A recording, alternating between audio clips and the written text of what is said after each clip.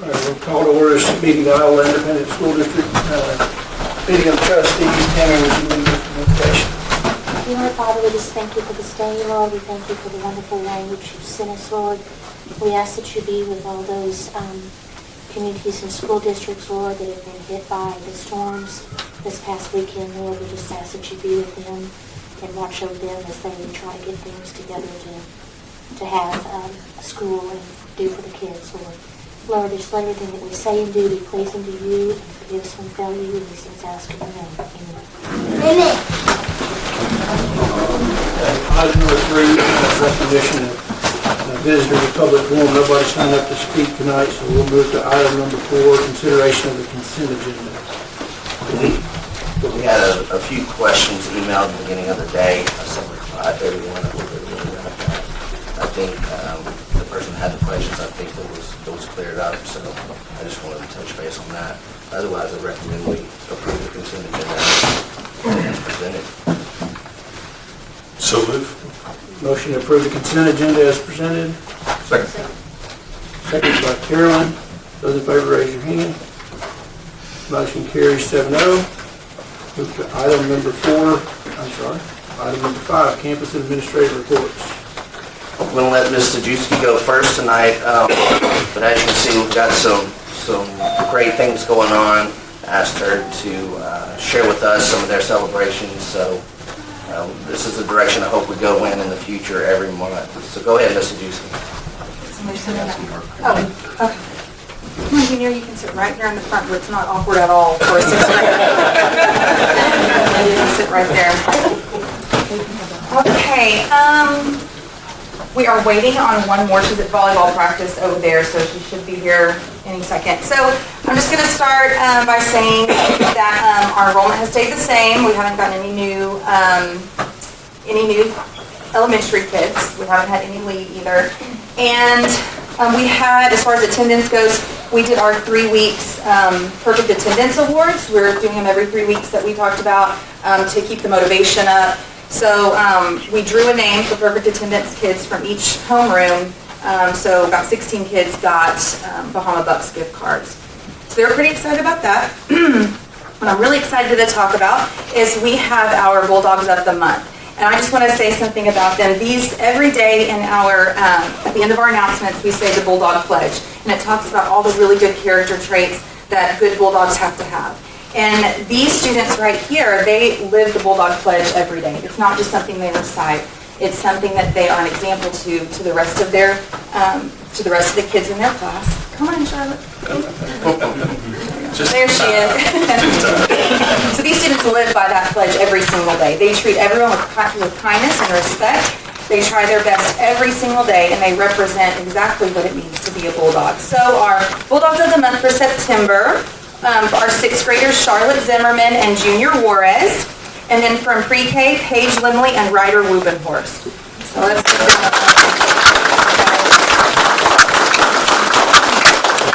And then I would like to present our Employee of the Month. This teacher is always so helpful to other teachers and staff members. She does what it takes to help her students. And when I say she does whatever it takes, whatever it takes. It doesn't matter where they're needed, it doesn't matter where she's needed. She's going to do everything she can to help our kids. She is a positive person who is uplifting just to be around. She not only fuels her ride with positive energy, she helps others fuel theirs as well. So our Employee of the Month is Mrs. York.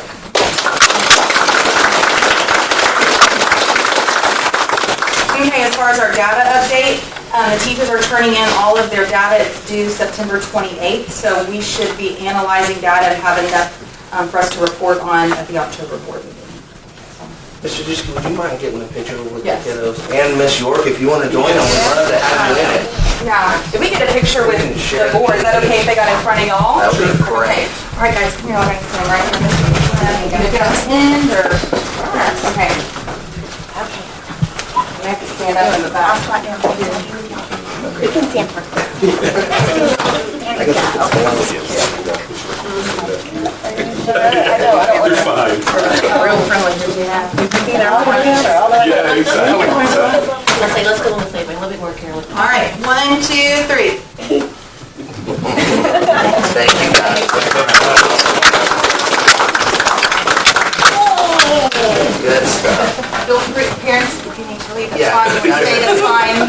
If you don't want to go, Whatever you don't feel your feel kids free. can handle.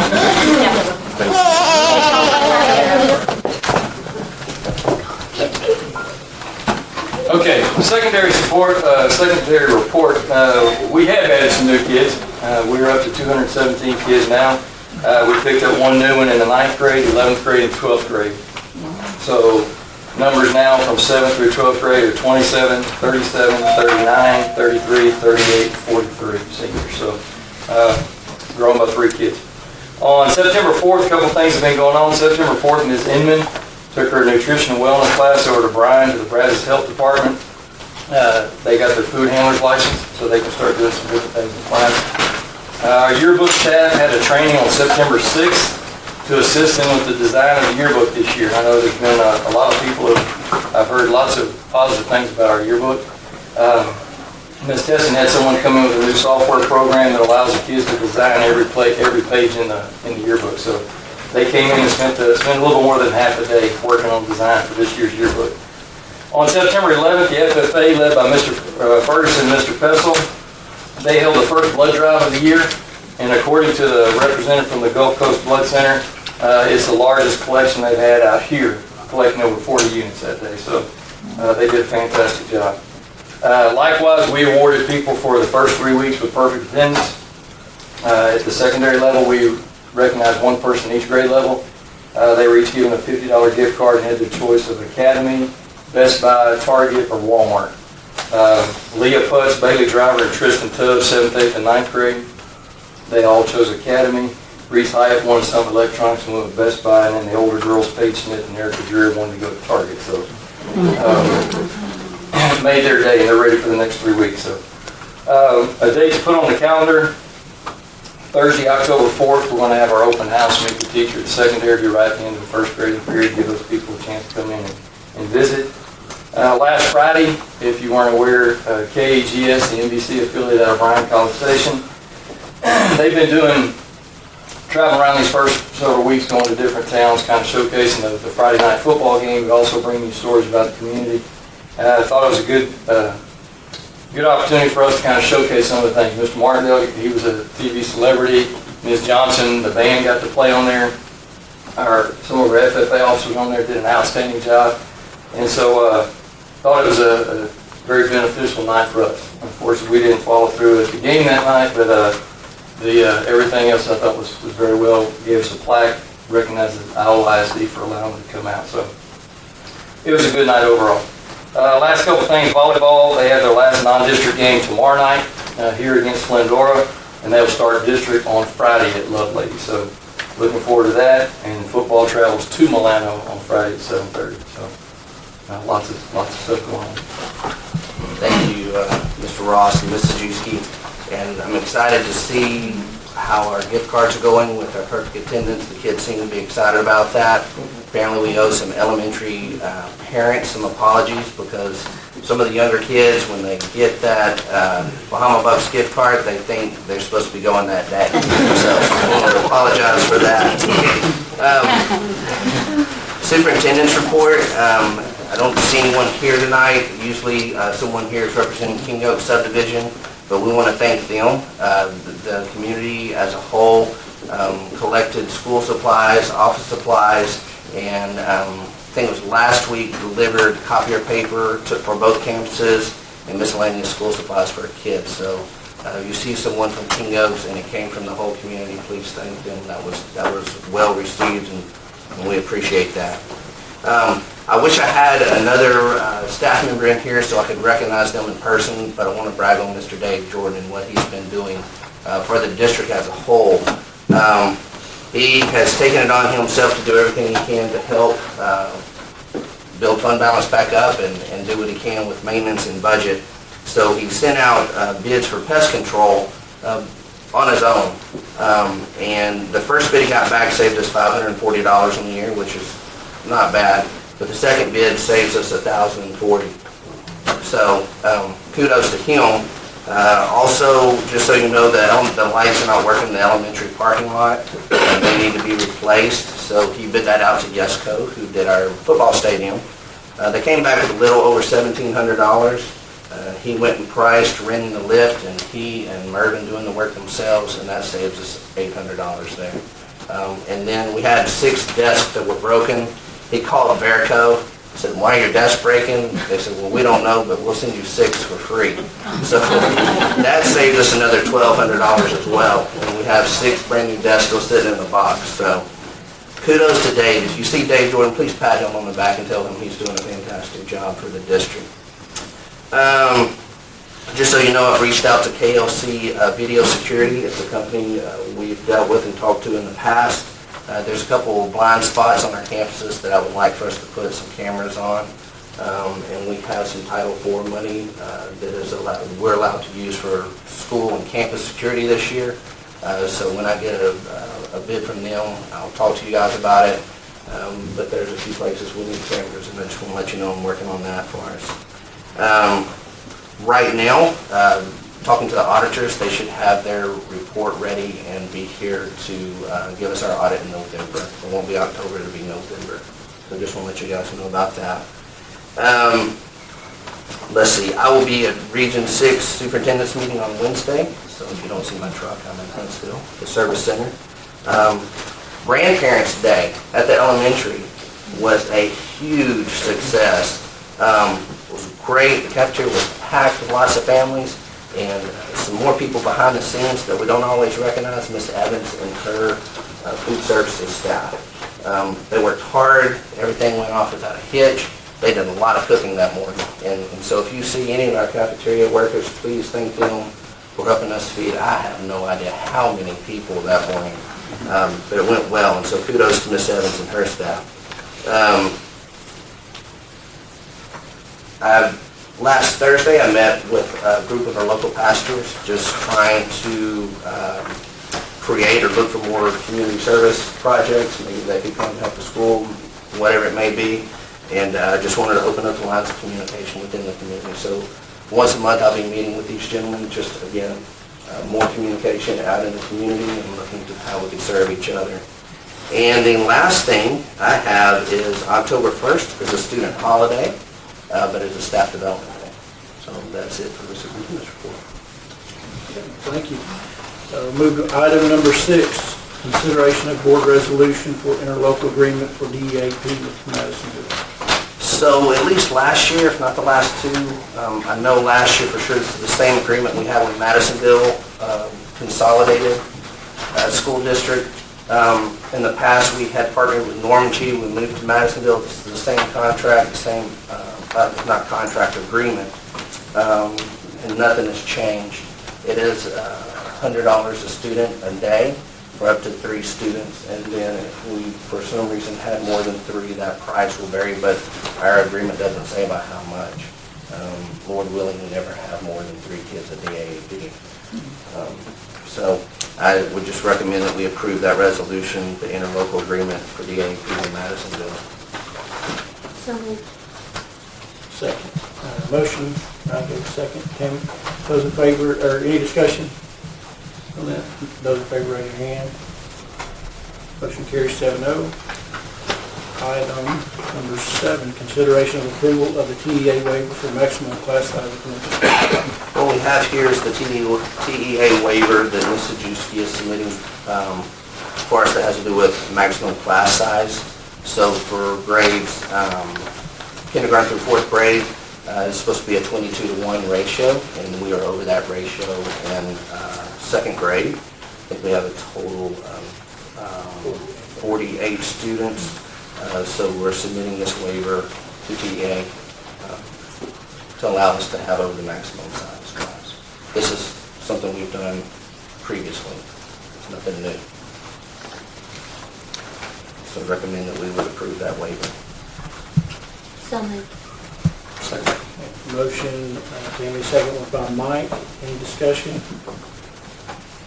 Those in favor, raise your hand. Those opposed? Motion carries 6-11, Carolyn opposing. Item number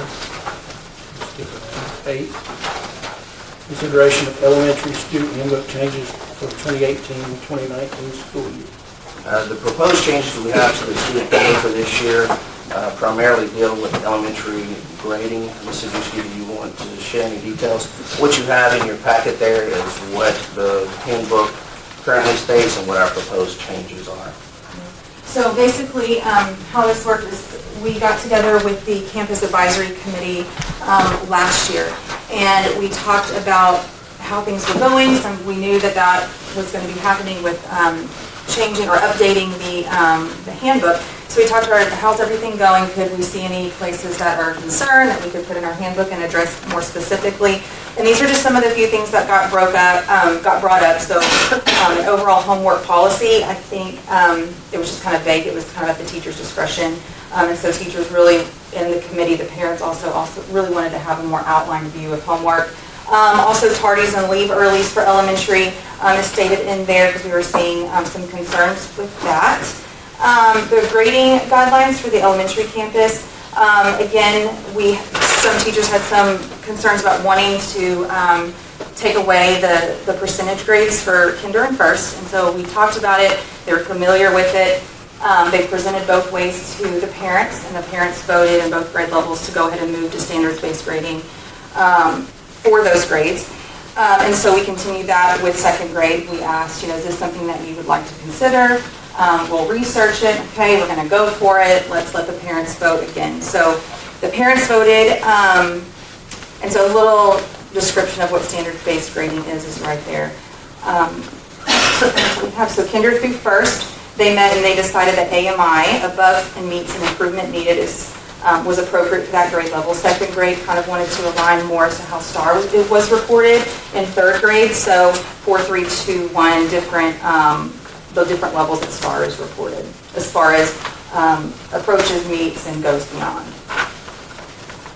We also changed the weighting. So this was brought up by all of our teachers in the committee. Currently, in 4th through 6th grade, the weighting of the grades was 70% were weighted for daily, and then 30% for major. And we thought, well, that just seems like it's backwards. You would think that tests would be weighted more than daily. And we thought, okay, so in an effort to try to get them to where they need to be in junior high, where I believe it's 60-40, 60% tests, 40% daily, we were flip-flopped and then some. So we said, okay, in an effort to try to make it that way, the teachers wanted to do that 3rd through 6th daily and tests were weighted the same across the board as an effort to get closer to that 60-40 for junior high. So then that brought us to talking about regrading and retaking. And the whole point of retaking something would be students need to, on daily grades, have the opportunity to make corrections and retake an assignment to work towards mastery of that. But then we felt like students who score below a 70 on a test will be given an opportunity to correct it or revise grade up to a 70 by the end of the 6 weeks. So these were things that we actually had to have 2 meetings on. Our grading and retake, we went back and forth. We went and researched a little bit, came back and met, researched again, and came back and met. So that's what we thought was going to be best for our kids and our teachers and our parents this year. So on the proposed change for grading guidelines for elementary campus, yes, the 2nd and 3rd grade match the same, is that correct?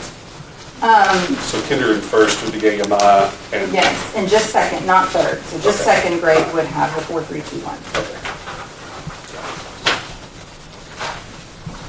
Once again, we met with parents and they voted? Yes, yes. Thank you, Mr. Juski. I would recommend we approve the updates to the elementary student handbook as presented by Mr. Juski. Move to accept as presented. Second. Motion is second. Is there any discussion? I would like to just ask a question about it. For the last 2 years I've been on here, I've never noticed anything about a handbook, so I was just wondering, have there not ever been any changes, or did y'all not have to approve all changes in the past? Because I heard there have been changes to the handbook that were not approved. So I'm just wondering, did you give administration approval to change without it going to the board? That's what I'm asking. I don't recall changing it. I mean, we've addressed the handbook each year and there's minor changes. I don't recall if there was anything regarding the grading on it. Because for 2 years I never voted on anything for changes for it. I was just wondering. Never seen it really, On the grading? on anything, the handbook period.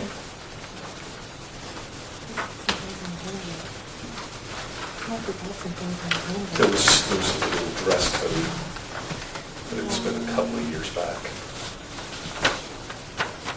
I was just asking a question, I didn't know. I don't know that we saw it last year, I didn't think about it. Yeah. But I know we've seen it in the past.